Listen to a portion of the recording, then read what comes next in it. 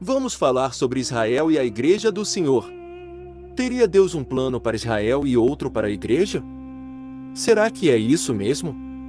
Ou seria um dos grandes erros da doutrina pré-tribulacionista?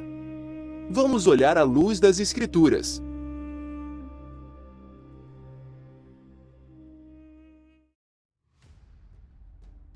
Igreja é a tradução da palavra grega eclésia, pois o grego é o idioma em que foi escrito o que chamamos de Novo Testamento.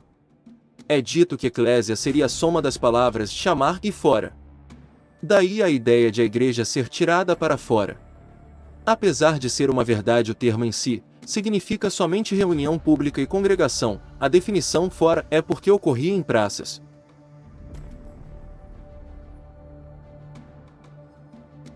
Mesmo estando correta a teologia criada da palavra eclésia, isso criou uma outra doutrina equivocada.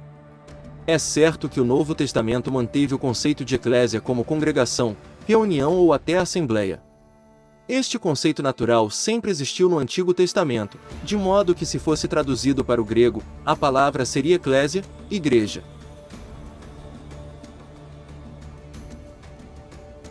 O objetivo aqui é mostrar que a palavra reunião foi empoderada para designar uma classe de pessoa que só surge após a vinda de Jesus.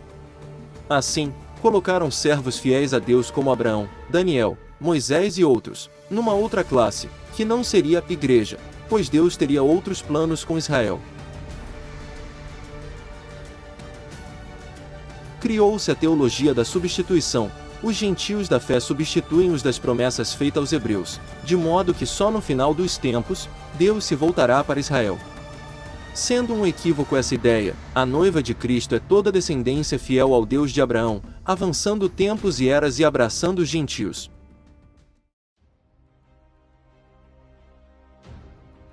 Criou-se a teologia da substituição. Os gentios da fé substituem os das promessas feitas aos hebreus, de modo que só no final dos tempos, Deus se voltará para Israel.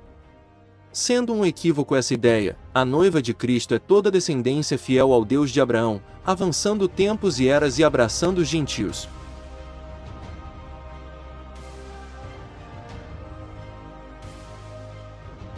Lemos em Atos 7 verso 37 que Moisés estava na congregação no deserto.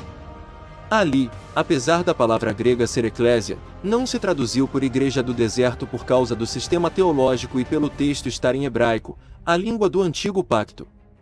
Mas o sentido está certo. Tinha eclésia naquele tempo, como temos em Salmos 22 verso 22 onde diz que Davi proclamará ao Senhor aos irmãos na congregação, ou assembleia.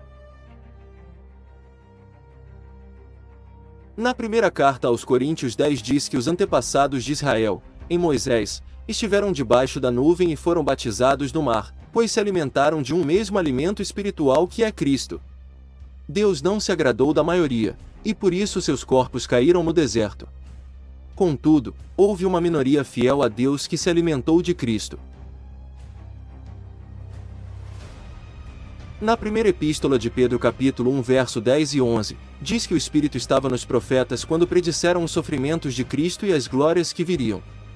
O verso 12 diz que o Evangelho foi anunciado por meio dos profetas do Antigo Testamento. Por isso, há uma só fé e um só batismo. Se em Moisés foram batizados e se Moisés foi profeta, eles estavam em Cristo.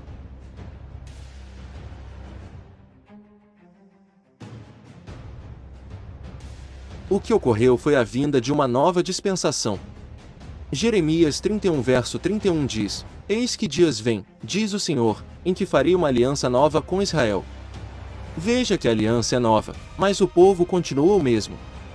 Pois esse próprio povo daquela época anulou a aliança com Deus. Lemos isso em Deuteronômio 31 verso 20. Em Romanos capítulo 11 diz que agora, os gentios estão sendo enxertados na oliveira, que no contexto é Israel. E dando um breve encerramento a esses pensamentos, lemos em Romanos 11 verso 1, acaso Deus rejeitou seu povo? Israel? De modo nenhum. Em toda a era da graça, Deus continua salvando judeus e gentios. Ambos estão representados nos dois pães com fermento no dia de Pentecoste, como diz em Levítico 23 verso 16 e 17. Em Gálatas capítulo 3 verso 29 diz: Se sois de Cristo, sois descendência de Abraão, Deus trabalha com um único povo, a sua noiva, que não está dividido em dois grupos.